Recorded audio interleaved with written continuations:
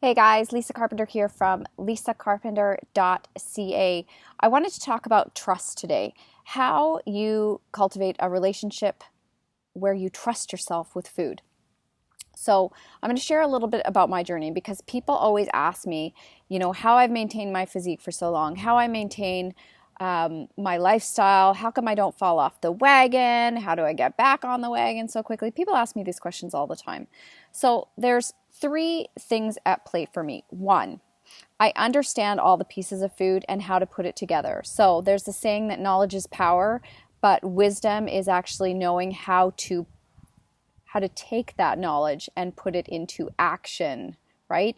So I take my knowledge and I use it on a daily basis. So I've created that kind of wisdom for myself. I've listened to my body. The second thing is I started to actually pay attention to the relationship I was having with my body. So instead of being hard on myself all the time, and I used to be really hard on myself. So I've never been overweight, but there was a long period of time where I didn't love my body. And then when my body started to change, then I got obsessive about, oh, is it too lean? Is it not lean enough? Blah, blah, blah, right? I ate a raisin. I can see it on me the next day. Give me a break. Seriously, chaos. There was chaos in my life for a really long time. So I started to pay attention to the relationship I was having with myself and the self-talk that was going down, and started to be a lot kinder to myself, saying nice things, looking at myself in the mirror and actually saying, wow, you look awesome today. And whatever voices rise up for me, I just say, you know what, no, I'm not doing this anymore. I'm not playing this game anymore. Like it doesn't need to be that way.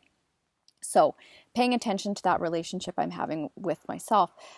I've also been at this for a really long time. So my lifestyle is not something that happened overnight. I used to live on Slurpees, microwave popcorn, and cigarettes, right? Like I have been cultivating this relationship with food and my body for a lot of years. But consistency in anything is what is going to yield you results. So when I'm consistent in my business grows and flourishes. I've been consistent in my business now for well over a decade. So it might look like my business is exploding. I have been at this a really long time, which is why there's so much power and passion behind my message, because I'm not afraid to share it now after being in the ring for so long.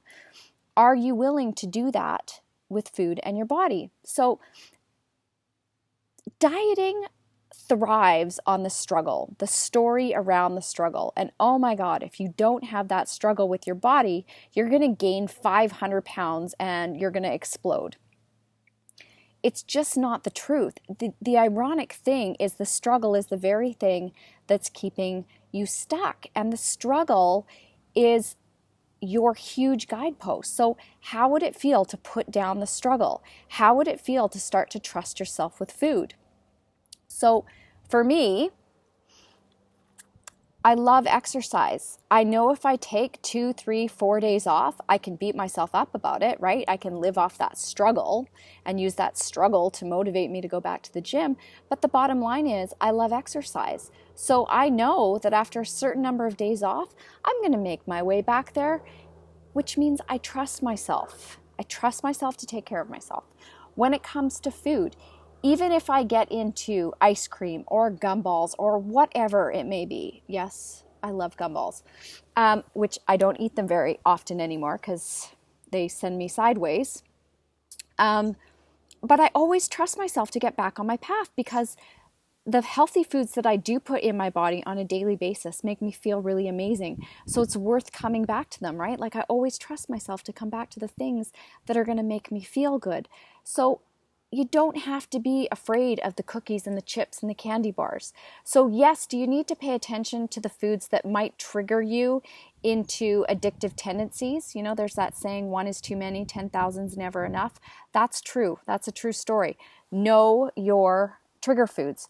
However, even if you get triggered by food, you can trust yourself to come back to what you do know and to how healthy food does make you feel. We are all born to thrive and to feel good. We're put on this earth to feel good. We are not put on this earth to struggle. We all want to feel good. So if you follow that in yourself, if you just start to trust yourself, that you're always going to be looking after your own best interest, you don't have to struggle to lose weight. You don't have to struggle against, unhealthy foods. Just trust yourself, right? So try it for a week.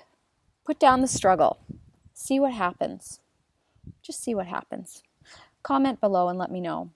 If you love this video, share it. Please share it all over the interwebs, right? How else am I going to find all my other people who need me if I don't have people like you sharing it? If you love what I have to say, hop over to my website, lisacarpenter.ca. Sign up for my newsletter so you can get more amazing stuff like this, right? I keep creating more and more content because I'm in that position now where I can give back more and more to my community. So get your ass over there. And you know what? If you want in my classroom, if you want to learn, if you want that knowledge around food, the classroom's open. It's always open. Again, you can find it on my website under the Work With Me tab. Sign up. You can sign up right now if you want. So until next time, thanks for listening. I hope this is helpful, and I hope you got the message that you need to hear. And hey, if you stuck around for 6 minutes, I got to learn how to shorten these. Can't put a time limit on passion. All right, have a wonderful day wherever it is you are in this big, beautiful world.